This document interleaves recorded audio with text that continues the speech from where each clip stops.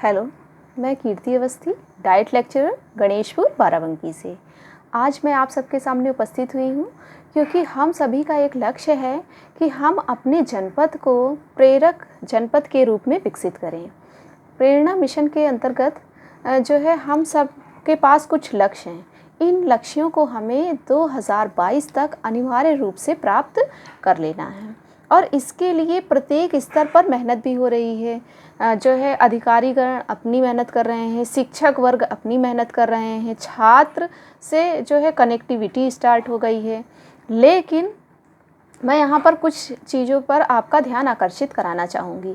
जैसे कि सबसे पहली बात कि हमसे अभी तक मिस्टेक क्या होती आई है। हर एक शिक्षक बहुत मेहनत से क्लासरूम में जाता है पूरी तैयारी के साथ और वह किताब खोल के अपना पाठ पढ़ाता है और पाठ पढ़ा करके वापस आ जाता है।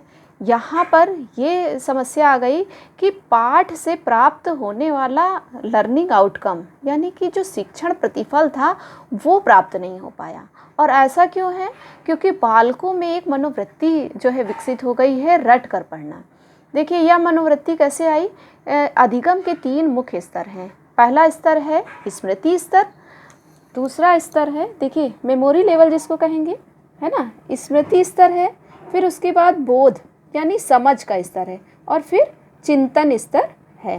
तो व्यक्ति जो है शिक्षक और छात्र इन लोगों की जो परस्पर क्रिया है, इस क्रिया के प्रतिफल स्वरूप केवल स्मृति स्तर सबसे पहले डेवलप होती है। स्मृति स्तर पे रट करके सीखने के साथ जो है धारण कर लेना यानी रटी गई चीज़ों को जो है याद कर लेना और फिर उसके बाद इस रटी गई चीज़ को जब ज़रूरत है तो पुनः रिकॉल यानी पुनः स्मरण के द्वारा प्रश्नों को हल कर देना। तो यह तो सिर्फ मेमोरी लेवल है। क्या आप जानकारी को नॉलेज कहेंगे? इन्फॉर्मेशन नॉलेज नहीं होती ना, जानकारी सिर्फ जानकारी है जबकि ज्ञान उससे बड़ा जो है।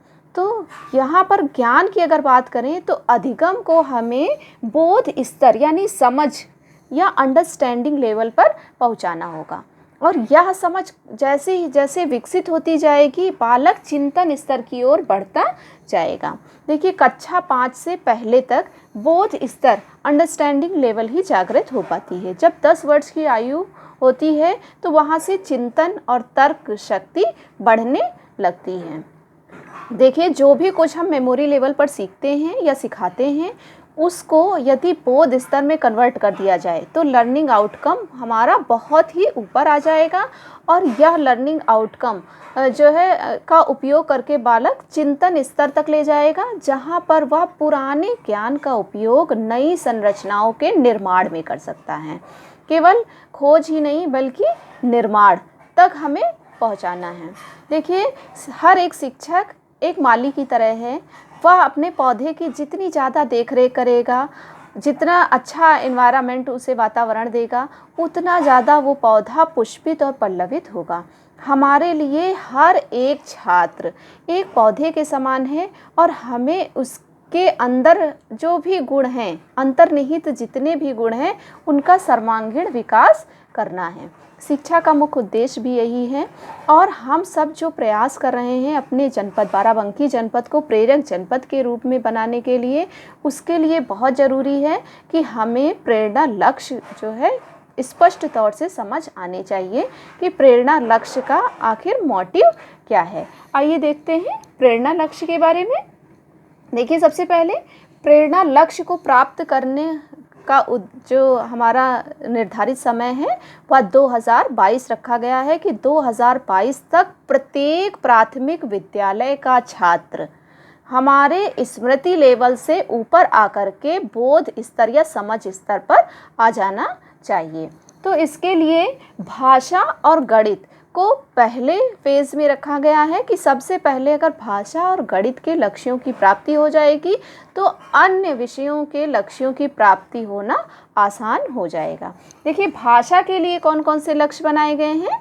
इसमें पहला है कक्षा 1 के लिए निर्धारित सूची में से 5 शब्द सही से पहचान लेते हैं। यानी कि जो भी उनका पाठ्यक्रम है, पाठ्य पुस्तक है, उसमें निर्धारित सूची में से 5 शब्द, अब यानी शब्द की बात आई है यानी कि वे सारे वर्णों को अक्षरों को सही से पहचान लेते हों और उन वर्णों के इस्तेमाल से छोटे शब्द जो कि 3 अक्षरों वाले हों उनको अच्छे से पहचान लेते हों। पहचानने का मतलब है कि समझ विकसित हो गई हो। अनुच्छेद को कक्षा 2 का है ये। अनुच्छेद को 20 शब्द प्रति मिनट की प्रवाह से पढ़ लेते हों। यानी कि यहाँ पर ये बात कही जा रही है कि ऐसे अनुच्छेद जिनको 20 शब्द कितना आया आपका 2 लाइन, लगभग में 2 से 2.5 लाइन आएगा, उसको प्रति मिनट यानी 1 मिनट में ख़त्म कर ले 2 लाइन, वैसे प्रवाह से धारा प्रवाह से पढ़ लेते हो। यानी कि बालक पढ़ने में अटकता ना हो, क्योंकि देखिए अटकता कब है, जबकि उसमें समझ विकसित नहीं है, अक्षरों को पहचान नहीं पा रहा है, तो पढ़ने में क्या होगा, उसे दिक्कत होगी। लेकिन अगर समझ विकसित हो गई है, वर्णों को शब्दों को पहचान ले रहा है, तो वह धारा प्रवाह और शुद्धता से पढ़ने लग जाएगा। कक्षा 3 अनुच्छेद को 30 शब्द प्रति मिनट की प्रवाह से पढ़ लेते हों। यहाँ पर 30 शब्द आ गए, यानी कि लगभग 3 साढ़े 3 लाइन, तो इनको 1 मिनट की धारा प्रवाह से पढ़ लेता हो। यानी कि यहाँ पर छोटे छोटे वाक्यों का प्रयोग करना और उसका मतलब, और साथ में पढ़ने के साथ साथ उनको समझ भी सकता हो।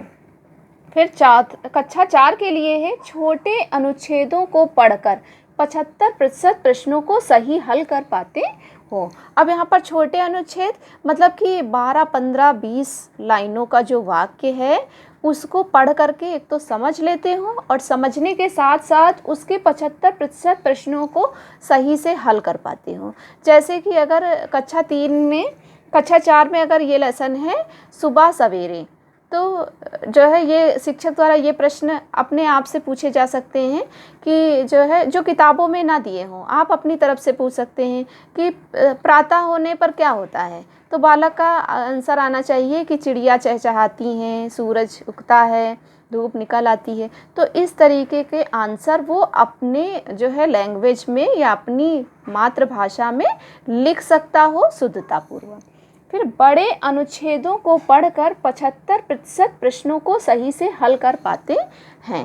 अब कक्षा 5 के लिए है कि बड़े अनुच्छेद यानी कि आधे पेज या 1 पेज का यदि एक अनुच्छेद है तो उस अनुच्छेद को पढ़ करके समझ सकें और समझने के साथ ही उसके दिए गए प्रश्नों को समझ के आधार पर सही से लिख पाते हों और उनका हल निकाल पाते हों। तो ये थे भाषा के हमारे प्रमुख लक्ष्य, जो कि कक्षा 1, कक्षा 2, कक्षा 3, कक्षा 4 और कक्षा 5 के लिए निर्धारित किए गए हैं। देखिए गणित के लिए यही लक्ष्य हैं। कक्षा 1 के लिए निर्धारित सूची में से 5 संख्याएं सही से पहचान लेते हैं। निर्धारित सूची क्या है? 1 से लेकर 99 तक की संख्याओं को कि वे संख्याएं कौन सी हैं, और उनमें से किसी भी संख्या के बारे में पूछा जाए तो वो बताएं कि इसकी वैल्यू क्या है, मतलब इकाई और दहाई की संख्या क्या है, और साथ ही जैसे कि 37 और 42 में कौन सा बड़ा है या कौन सा छोटा है। तो इस तरीके की जो है चीज़ें पहचान लेते हो। फिर उसके बाद कक्षा 2 के लिए क्या है? जोड़ एवं घटाना 1 अंकीय के 75% प्रश्नों को सही से हल कर पाते हो, यानी उनको जोड़ना आ गया हो और साथ में घटाना आ गया हो। सिर्फ 1 अंकीय वाले जोड़ और घटाना वह कर लेते हो, जिसके आंसर 99 नंबर से अधिक नहीं आने चाहिए। तो ऐसे वाले जो है जोड़ और घटाने के जो वो हैं सवाल, इनको सही से हल कर लेते हो। फिर उसके बाद है जोड़ घटाना हासिल सहित के 75% प्रश्नों को हल कर पाते हो। अब यहाँ पर क्या कहा है कि 2 या 3 अंक के जोड़ और घटाना हो, जिसमें कि हासिल लगा करके वो उसको जोड़ ले या घटाना कर ले। ऐसे जो है प्रश्नों के 75% प्रश्न सही से हल कर पाते हो। फिर उसके बाद है गुणा के 75% प्रश्नों को सही से हल कर पाते हो। अब देखिए कक्षा 4 में उनको जोड़ आना चाहिए, घटाना आना चाहिए, इकाई दहाई आना चाहिए, और साथ ही साथ गुणा के भी प्रश्न वो अच्छी तरीके से हल कर लेते हों। यहाँ पर 1 अंकीय गुणा और 2 अंकीय गुणा करना सिखाया जाना चाहिए। फिर उसके बाद है भाग के 75% प्रश्नों को सही से हल कर पाते हो। यहाँ पर जोड़ना, घटाना और गुणा के बाद कक्षा 5 में उनको भाग के भी प्रश्नों को हल करना आ जाना चाहिए।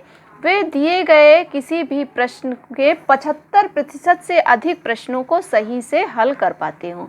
अगर इतना वे कर लेते हैं तो इसका मतलब कि उनका लर्निंग आउटकम ठीक प्रकार से चल रहा है। हम और आप प्रेरक लक्ष्य या प्रेरक जनपद के लिए, प्रेरक ब्लॉक के लिए प्रयत्न कर रहे हैं, तो ये बहुत ज़्यादा ज़रूरी है कि हमें प्रेरणा लक्ष्य स्पष्ट हो। इन लक्ष्यों के एक बार स्पष्ट हो जाने के बाद इन लक्ष्यों को सूचियों के रूप में विभाजित कर दिया गया है, जो कि भाषा की सूची अलग है और गणित की सूची अलग है। इन सूचियों को प्रत्येक महीने के अनुसार बांट लीजिए कि आप किन सूचियों को कितने दिन में अचीव कर सकते हैं, और इसका आप रिकॉर्ड कैसे रखेंगे? प्रेरणा तालिका के माध्यम से। आगे के जब कभी चर्चा होगी तो प्रेरणा तालिका और सूची के विषय में चर्चा होगी। अभी हम और आप सब प्रयत्न करें कि हर एक प्राथमिक विद्यालय का छात्र इन प्रेरणा लक्ष्यों को प्राप्त कर सके और हम उसके जो सीखने की प्रवृत्ति है उसको स्मृति लेवल से थोड़ा बढ़ा करके बोध स्तर तक पहुंचा सके, क्योंकि यही हमारे भविष्य के कर्णधार हैं। अगर इन पर हम और आप मेहनत कर लेंगे तो हम अवश्य ही अपने भारत को सुसज्जित और पल्लवित कर सकते हैं। Thank you.